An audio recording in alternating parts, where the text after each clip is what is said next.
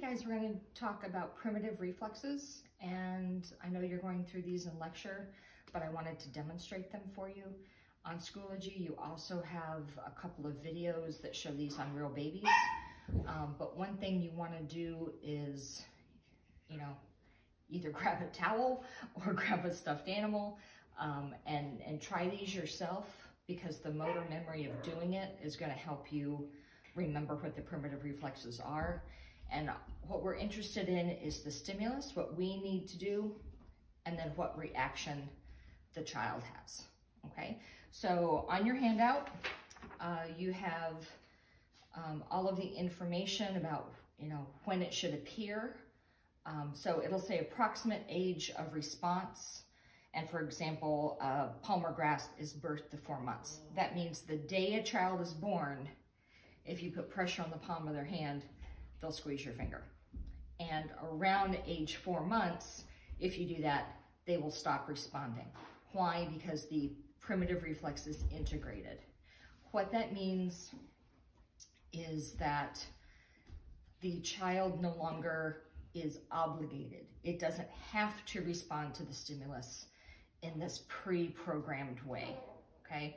Now, one thing that's really handy, and it's the way we're designed, think about what happens at about 4 months.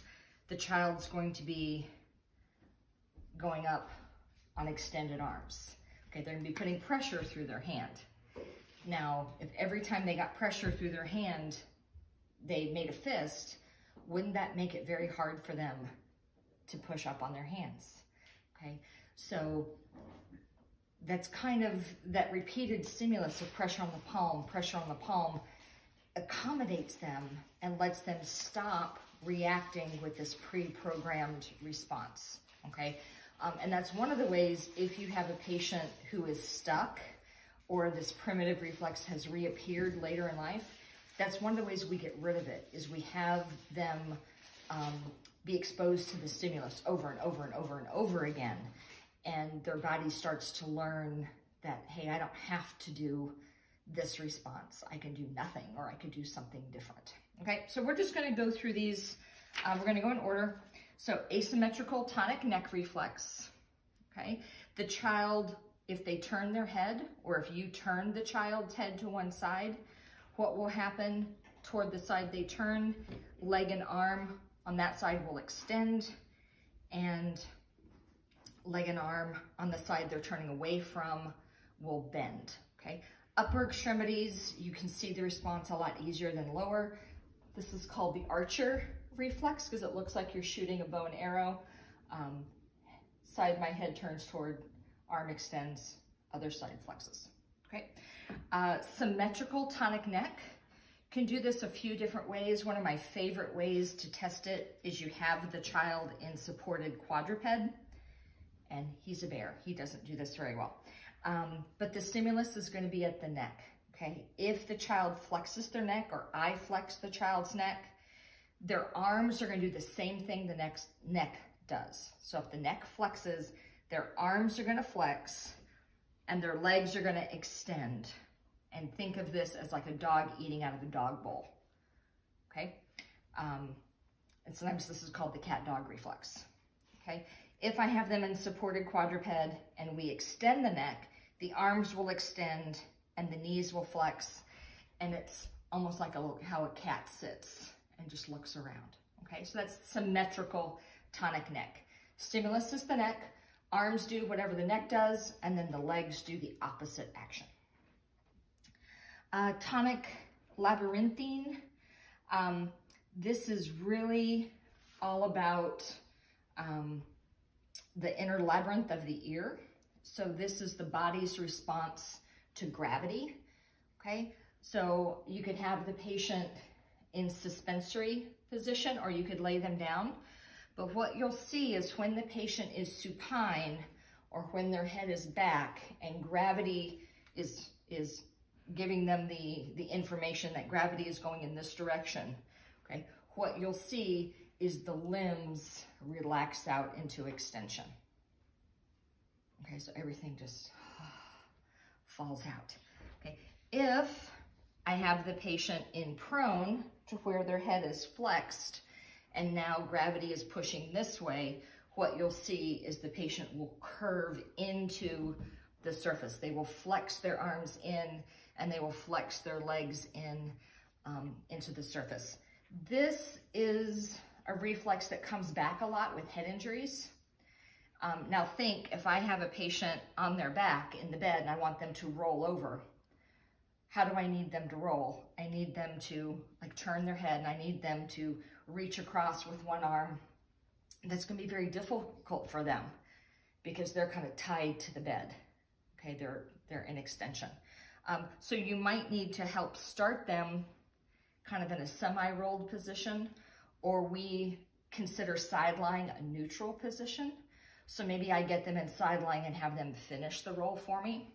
Or I do a lot more treatment in sitting and standing because again, these are neutral positions and this tonic labyrinthine reflex won't get in the way. Your next one is the Gallant. So I could do this seated, or I could have the patient lying down, but what I'm gonna do is take one finger and I'm gonna stroke from the back of the neck down the paraspinals, so to one side of the spine, all the way down to the hip. And what you should see is the back is gonna curve toward the side I'm stroking. So you kind of think of this even if it just tickled. And you're using a firm stroke, but imagine if this was tickling the patient and they would go, ooh, don't do that, ooh. Okay, you kind of curve to that same side. Okay. This is an issue for kids or adults who are in wheelchairs because that constant pressure on their back sometimes can lead them to a constant curvature, and it will help cause scoliosis in people who have this reflex that didn't get integrated. Okay, these last few are kind of real easy. The palmar grasp, pressure at the palm of the hand, and the child will squeeze your finger, okay? If you've ever had a newborn in your family, you know, you hold their hand and they squeeze your finger and the parents go, oh, they love me, they know me, oh, they're so strong. And well, it's a reflex. I'm sure they do love you, and I'm sure the baby is very strong, but it's just a reflex. If you have a patient in a coma and you're trying to get them to wake up and you're trying to get them to follow a command, never use squeeze my finger, okay? Because if you put pressure in their hand, they might squeeze reflexively, and it's not a voluntary action, and they did not really follow your command. So a better command would be, you know, hold up your arm or raise one finger or touch your nose or something like that, okay? Plantar grasp, put pressure on the ball of the foot and the toes will curl, okay? Look at when this one goes away. Okay, this one goes away at about 9 months. Guess what children start doing at around 9 months? Pulling to stand, okay? So they're standing and they're putting constant pressure on their feet, and if they were curling their toes under every time they stood up, they wouldn't stand up very much, okay? But again, that constant reinforcement, that constant stimulus is gonna help them integrate that reflex so they stop doing it, and they now can use their toes for balance. Rooting reflex is next. If I'm holding the baby and I stroke from the corner of their mouth up towards their cheek, just like this, they should turn their head and open their mouth. It's all about looking for food, okay?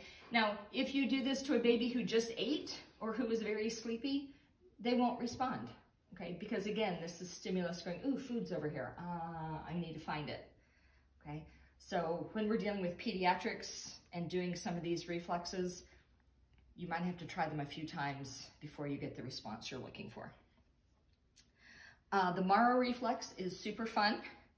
I like to warn parents this might scare the child a little bit, but I'm gonna hold them in a backward lean position to where I've got their head and I'm holding their back. What I'm gonna do is I'm gonna let their head drop just about 30, 45 degrees. That doesn't need a lot, okay? But their head has to drop, okay? And what you will see when their head drops back, they're gonna bring their arms up, they're gonna splay or open their fingers, and then they're gonna pull in.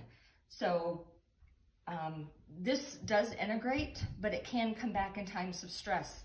So think about you. You're hanging out in your chair and you're leaning back on the back legs and you overbalance and you feel like you're going back. What do? You go, ah! And this is exactly the position you're going to get into because you're scared. You're scared you're going to fall.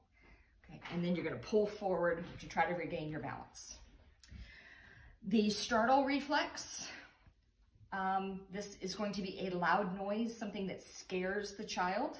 So it could be a clap, it could be a ah, it could be any kind of loud noise. The child can't be expecting it, because if I was facing you and went, you're probably not going to jump.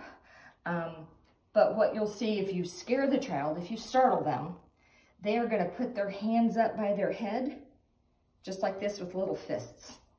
Okay, it's kind of like duck and cover. Okay, if you heard, you know, a car backfire outside the window, you might go, oh, you know, what was that? Okay, we still do it again in times of stress. Your last two, positive support. If I hold a newborn up and I put pressure on their feet, they will actually straighten out their knees and they will support some of their body weight. If I then lean them a little bit forward, they will actually make little stepping motions with their legs.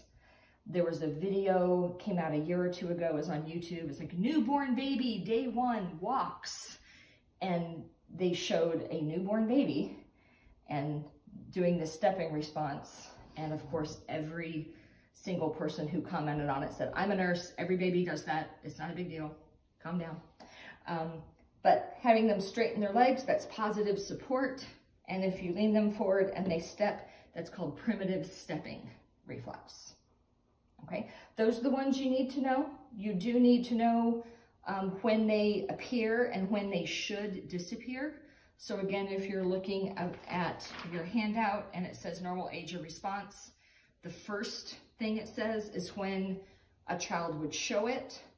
And then the second number is where it should start to integrate or disappear. Some of these say, for example, the Gallant reflex, 30 weeks of gestation.